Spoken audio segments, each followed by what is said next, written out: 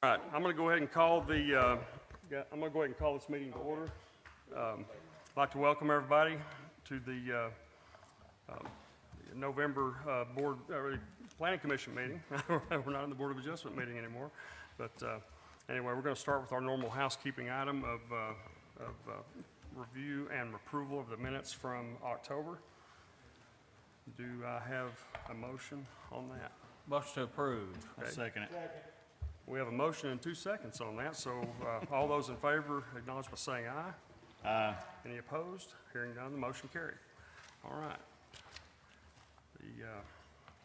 All right, we have request to, hold on just a second, hold on.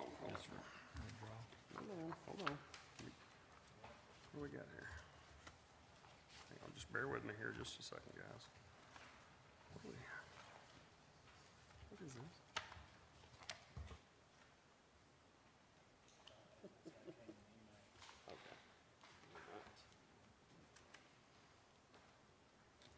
Alrighty, okay, the item number one, we have a request to withdraw. Sarah, you have it's the rezoning of property C1 to C2.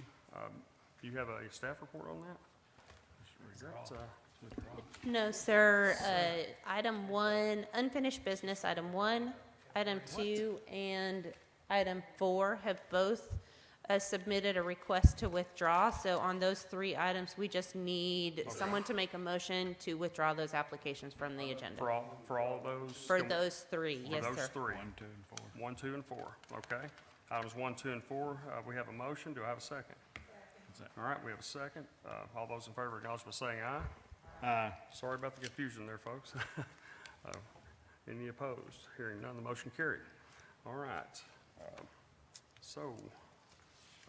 Number 3, large-scale development located at 101 North Independence, submitted by Parkway Investment Group, LLC. Sarah, you got a staff report? Yes, sir. So this is a large-scale development for Liso Apartments. Do believe you have recently, may recall hearing this when they reverted the zoning from the PUD to downtown crossing zone. And so this is just their follow-up application as we move forward with their project. They are proposing to construct a 45-unit multifamily complex with 3 commercial spaces. The commercial spaces are adjacent to North Independence Avenue. In the picture at the lower left of this is one of their proposed elevation drawings of the structure. So the existing conditions are that this is zoned downtown crossing zone within the El Paso University District. It is currently vacant. It is just north of the rail yard. As you can see from this map, the street and part of the rail yard are zoned M2. The other property on the south of the rail yard is zoned C4, and property north and west of the proposed project is zoned Prairie Creek zone. This is a large-scale development required per 7.1C and 7.1B multifamily housing with more than 17 units and structures greater than 15,000 square feet. So it does fall under the large-scale development requirements. The proposed structure does meet the setback requirements, appears to meet the architectural standards and design guidelines. We will confirm that when the building permit application is submitted that includes the architectural drawings. It is oriented towards the street for ease of pedestrian access, which is required as part of the downtown crossing zone requirements. Parking lots shall be screened from view by a site obscuring fence. And all sidewalks in the right-of-way shall be 6 feet in clear width. Article 4 does outline the parking requirements. Residential portion of the structure is permitted at 1 parking space per unit, and commercial is 1 parking space per 150 square feet of retail space. On-site and on-street parking adjacent to the project all count towards the parking requirement, and we will confirm the actual needs when we get that building permit application. Engineering did note that they need to see all modifications included on the site plan, and the 24-hour event must be modeled. At this point, we do make the recommendation to approve the large-scale development as a result of the findings that the applicant is utilizing Article 2.19 of the Russellville zoning code to ensure the complex is built to the downtown crossing zone regulations, and the applicant demonstrates compliance with the regulations within Section 7 of the Land Subdivision and Development Code. Are there any questions? Are the 3 commercial units, I guess, within the, are they limited to any certain business, or they got any kind of limitations on them? There are some limitations of what they can do, retail, commercial, art galleries. There's a lot of uses in that downtown crossing zone that are permitted. I really cannot go through all of them, but there are quite a few options in that zone.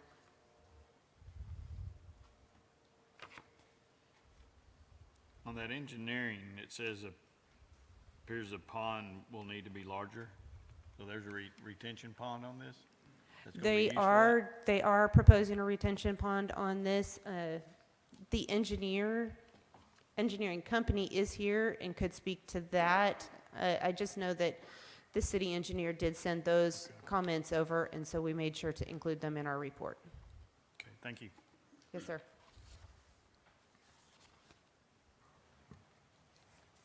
Does anybody have any questions for Sarah before she steps in? If anything was to change other than what they're proposing using it for, they would have to go to the downtown committee or us, right? If there are any significant changes from the large-scale development approval, they would have to come back to this committee, to the Planning Commission. Okay, Motion to approve? all right. We have a motion and a second to approve this request. All those in favor, acknowledge by saying aye. Aye. Any opposed? Hearing none, the motion carried. All right. Okay, number 5, we have, number 5 is a request to table also. Is that, Yeah, we'll have to get a motion. that wasn't part of the ones that we, I'll make a motion Okay. to request table, okay? We or have, to table, not request. we have a second. We have a motion and a second to table item number 5 here. All those in favor, acknowledge by saying aye. Aye. Any opposed? Hearing none, the motion carried. Okay, new business, we have a rezoning a property from R2 to R3 located at 1159 Jimmy Lyle, submitted by Gary Dennis. Sarah, you have a staff report for us? Absolutely. So this is a rezone application. They are requesting to rezone the property from R2, medium-density residential, to R3, medium-high-density residential on Jimmy Lyle Road. Currently, there's a single-family house on the property, and it is mainly some pasture land. It is zoned R2. The whole neighborhood is more rural in nature, and it is south of the regional Russellville Airport, and just more of a rural residential area of town. For rezoning applications, you consider 3 different things. You consider the future and current land uses of the area. You consider the comprehensive plan, and then you look at the value or income potential of the property. So under future and current uses of the area, the current uses of properties along Jimmy Lyle Road are residential or agricultural in nature. The future land use map shows this area to be a rural neighborhood. Rezoning the property to medium-high density residential would allow the property owner to develop the property with anything permitted in the R3 zone. The current property owner wishes simply to place a manufactured home on the property while remodeling his primary residence. However, uses permitted outright or permitted by special use in an R3 zone include apartments, fraternity sorority homes, boarding homes, group shelter, nursing homes, and laundromats. So there's many options that are not currently permitted in an R2 that would be permitted in an R3. Excuse me. Number 2, Reimagine Russellville 2040 Comprehensive Plan. We do use that as a guide for decision-making. It defines this area as rural neighborhood or areas in the periphery of the city. This is a rural neighborhood rezoning to allow medium high-density zoning, even though the property owner does not wish to develop to higher density, may lead to changes inconsistent with the comprehensive plan. Lastly, the value or income potential of the property. Changing the zone from R2 medium density residential to R3 medium high density residential may change the income or value potential of the property, since R3 allows development at a higher density than R2 does. As a result of that, staff does recommend to forward to City Council with a recommendation to deny the application as a result of the findings that if rezoned, this would be spot zoning. All adjacent properties are zoned R2. Medium high density zoning could negatively impact the area. The future land use map indicates that it will be rural neighborhood, and the proposal does not align with the Reimagine Russellville 2040 Comprehensive Plan. Are there any questions? I have one. Yes, sir. Is there a time frame that the mobile home can be there? Under the current zoning, there is not a way for staff to allow someone to live in a mobile home on that property. R2 does not allow mobile homes to be lived in. RVs are not allowed to be parked on a property and lived in, even temporarily, in any area of the city unless it's a mobile home park, manufactured home park, or on an R3 property. And that's why he is requesting to change it to R3, because he could have it there as a permitted use in an R3 zone. It's just all the other opportunities that an R3 zone brings that would negatively impact that area if developed. So the R3 can allow the mobile home? Yes, to be sir. Indefinitely? Yes, sir.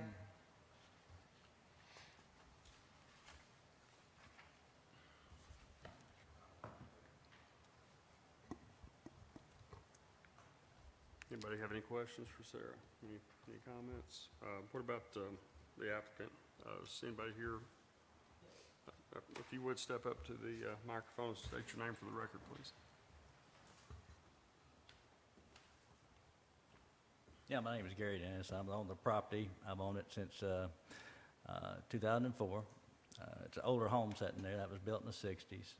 Recently got married and inherited an immediate family. So I need to remodel and update that house, and during that time, I need a place to live. To do it right, that's why I'm asking this request, to be able to put a camper, small mobile home or something there during this remodel time. Thank you, Mr. Dennis. If it was a camper, it wouldn't need to be rezoned, right?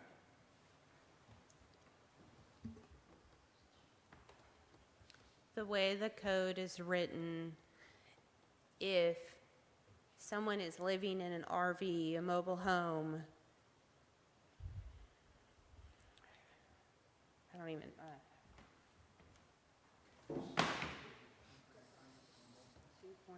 let me pull up the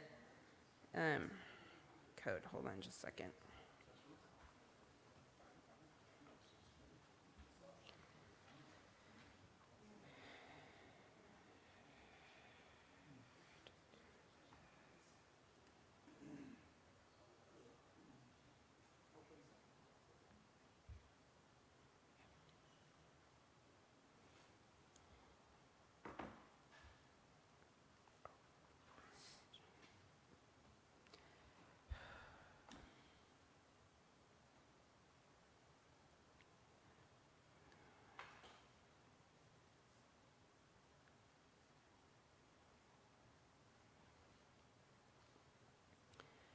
So under Article 3.12, storage and parking of trailer, mobile motorhomes, commercial vehicle, and recreational vehicles, it does state that not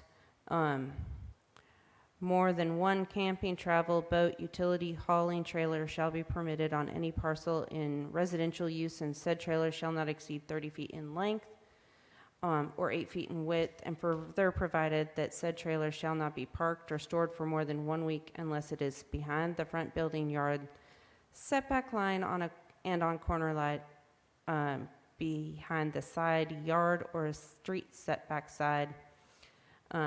A camping or travel trailer shall not be occupied either temporarily or permanently while it is parked or stored in any area with any incorporated limits except as authorized under Section 3.10 or Section 2.7, which is regarding mobile home parks.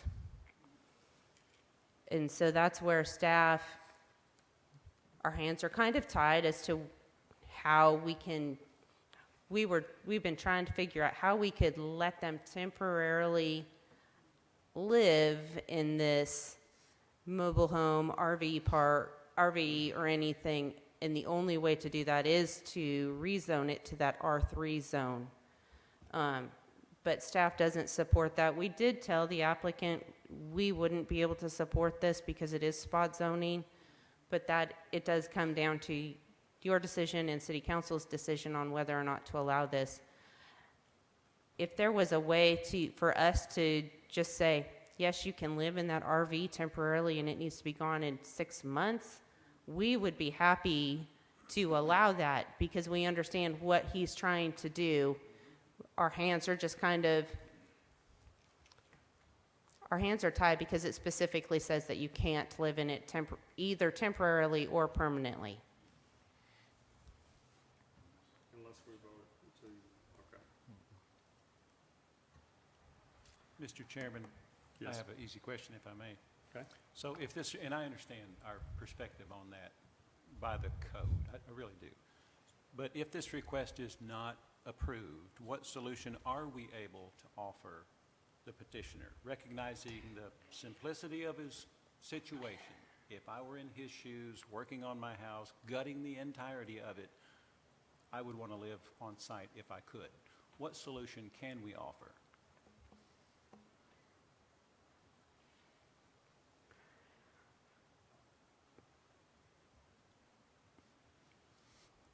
There's not really a solution I can offer unless I take out that zoning code and just don't drive by their house and tell code enforcement not to drive by their house, but then we're disregarding the code in its entirety. I don't know at this point. We were unable to come up with a solution. Mr. Dennis, what are you thinking time frame on this? I mean, I know it doesn't happen overnight. I do it for a living, but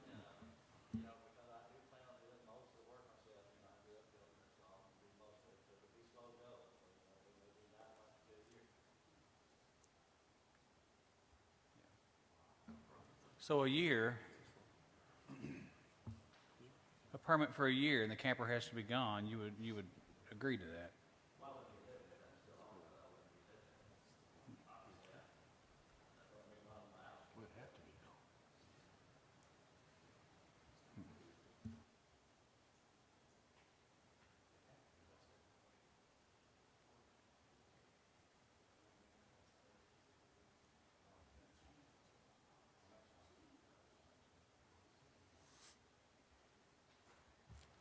Okay.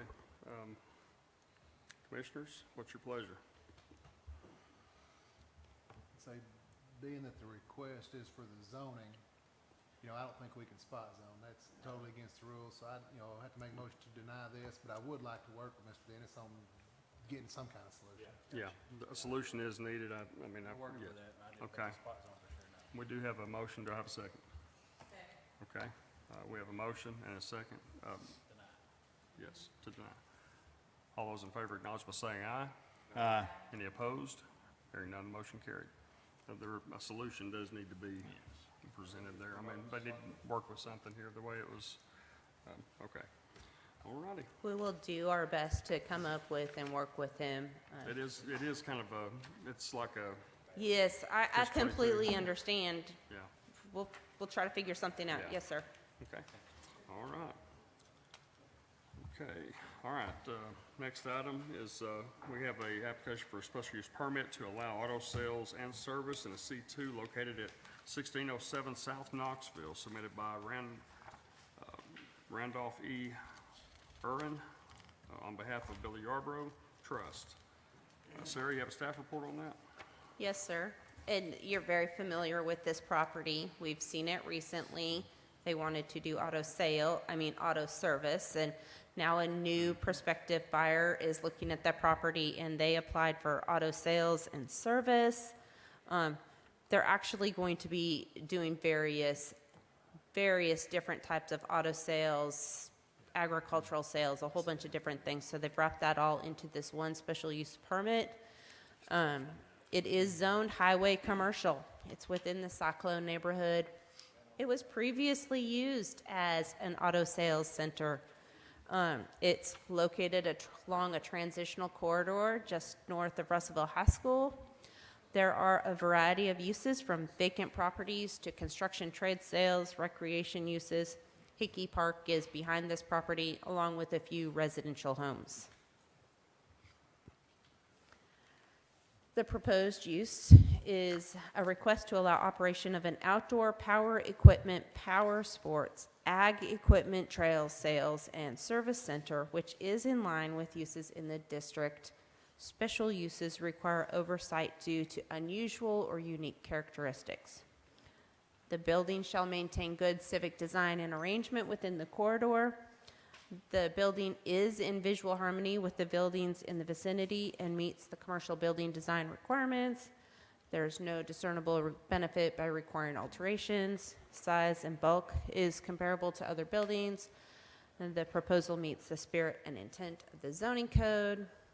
Sidewalks would be required if future improvements increase the property value of greater than 50%. They're proposing just one little awning where they can store some equipment. Does not even come close to the 50%, so no sidewalks will be required.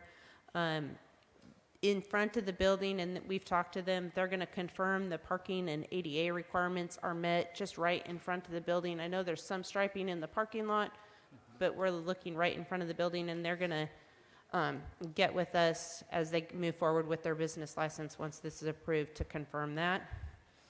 So we do make a recommendation to forward this application to City Council for approval with the following conditions: restripe directly in front of the building to confirm parking requirements are met, confirm or provide ADA van accessible parking spaces per federal regulations, and confirm or provide ADA access to the front of the building.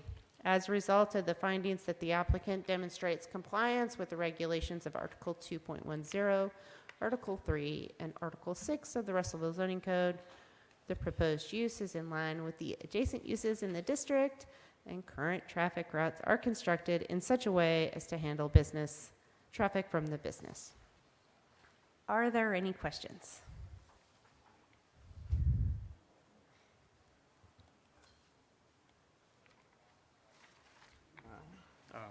Thank you, Sarah. Is Randolph, or is anybody here to speak? Okay, do you have anything you want to add? Do you have any questions? Okay.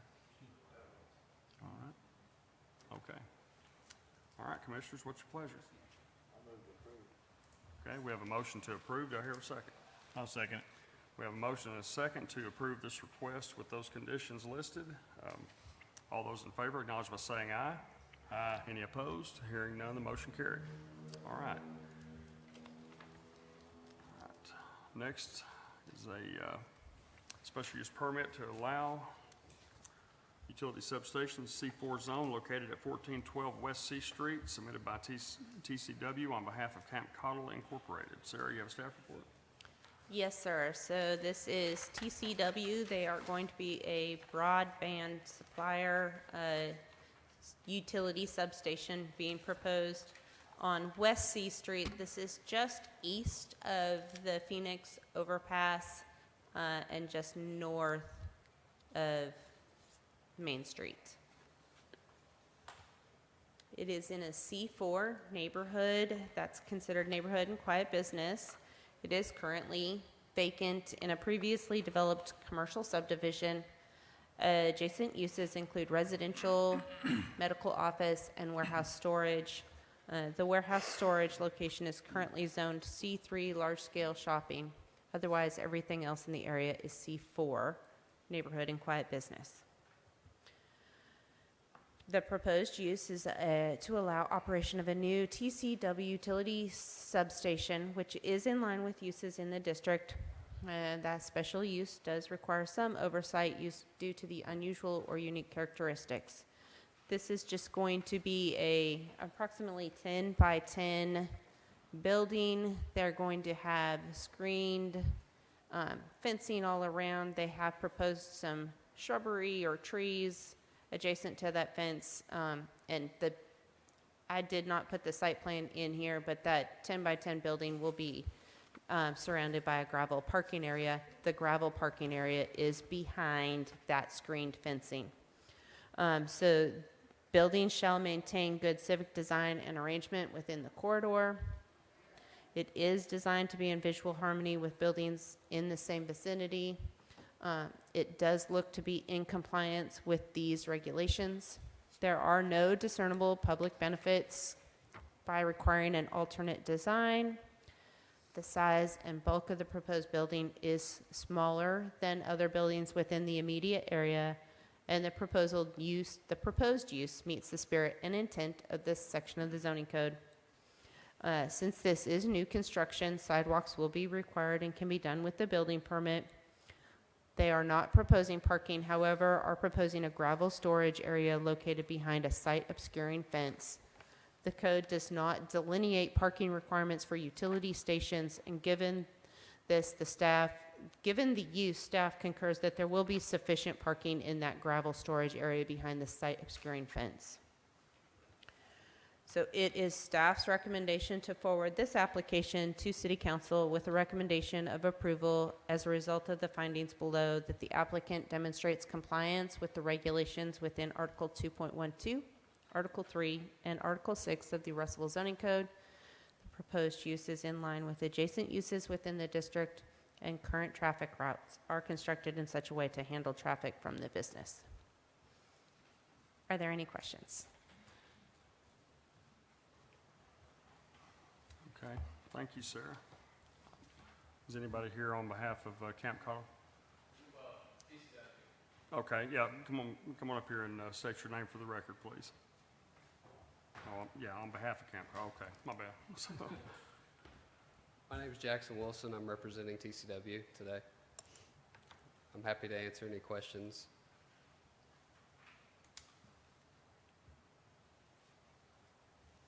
Okay. Anybody have any questions at all? Just out of curiosity, Sure. what are you storing in this? Electronics for our fiber network. Oh, okay.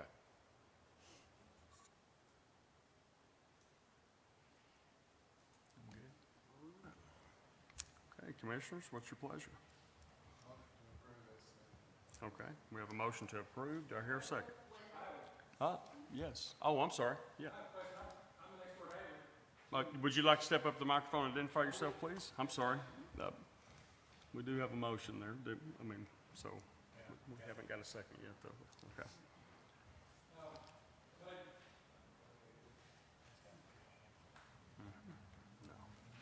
My name's Tony Chitana. I own a company called Rolling River, who is the owner of Pathology Services next door. We bought the building in 2016 and spent a lot of money on the building.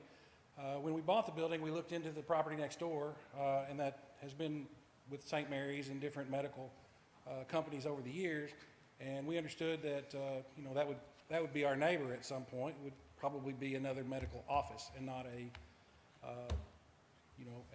the pictures that I saw from this is a split-face block building with a chain link fence around it and a gravel parking lot, which is not exactly what I thought would be my neighbor whenever we purchased this building in the past. So we do have some questions about, why is that being allowed next to, Dr. Von Doren's office is much more expensive than even our building. So, from that standpoint. The other question is, this is in a floodplain. So this is gonna have to be raised up at least 3 feet. So if the fence is there, then, you know, basically, we're gonna be looking at some variances on that as well. So I just wanted to throw that out there, and we do have, you know, we don't like it as our neighbor from that standpoint. But, Okay. All right, thanks, Tony. thank you. Sarah, do you have anything to add?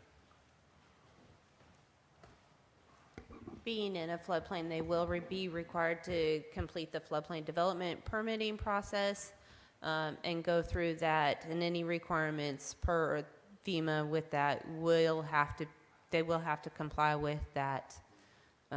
But it is a process that will be done as part of the building permit.